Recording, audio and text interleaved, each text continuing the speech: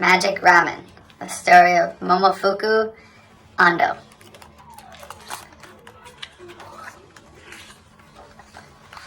Momofuku Ando picked his way through the rubble on his way home from work. Even though World War II had ended over a year ago, much of Osaka, Japan still lay in ruins. Across the street, a long line of people wound down the sidewalk. It was winter, and they shivered in their ragged clothes. What are they waiting for? Ando wondered. At the head of the line, billows of steam rose from a shack.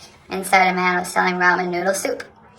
Bad harvests, rationing, and war had made food scarce. The poor ate grass and bark to survive. Orphans scrounged through garbage for something to eat.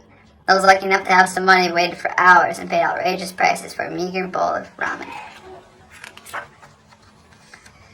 Ando went home, but he couldn't forget the hungry people. The world is peaceful only when people have had enough to eat, he realized. Ando decided that food would be his life's work. He started a business making salt. He caught and dried fish. He created nutritious food for people who were sick. With every new product, every new job, and every new business, Ando thought about the line of starving people. He thought about them for over 10 years. Then, one of Ando's business deals ended badly. He was penniless. Once again, Ando remembered the thin and hungry people. Wouldn't it be wonderful, he thought, if whole families could have noodles whenever they wanted? No more waiting in line in the cold. No more high prices. No more empty stomachs. He dreamed of a new kind of ramen.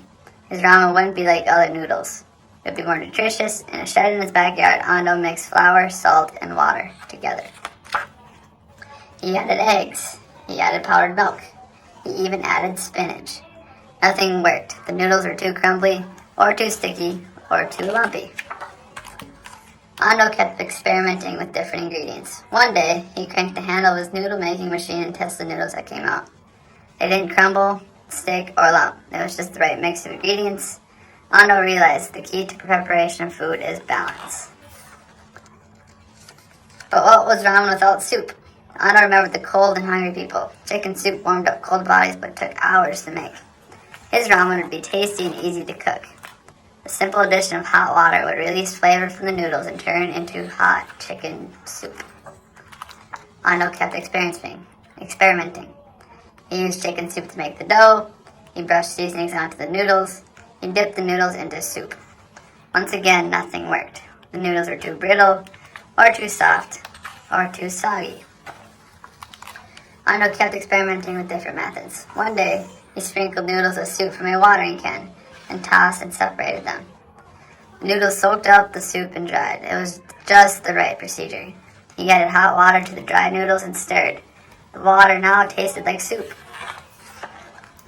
But the noodles were too tough. They still had to be cooked on a stove. Ando remembered the tired and hungry people. He wanted his ramen to be fast and convenient.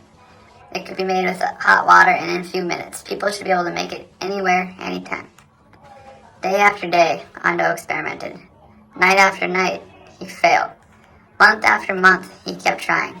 Nothing worked. One night, Ando watched his wife, Masako, fry tempura. She coated vegetables and seafood in batter and dropped them into hot oil.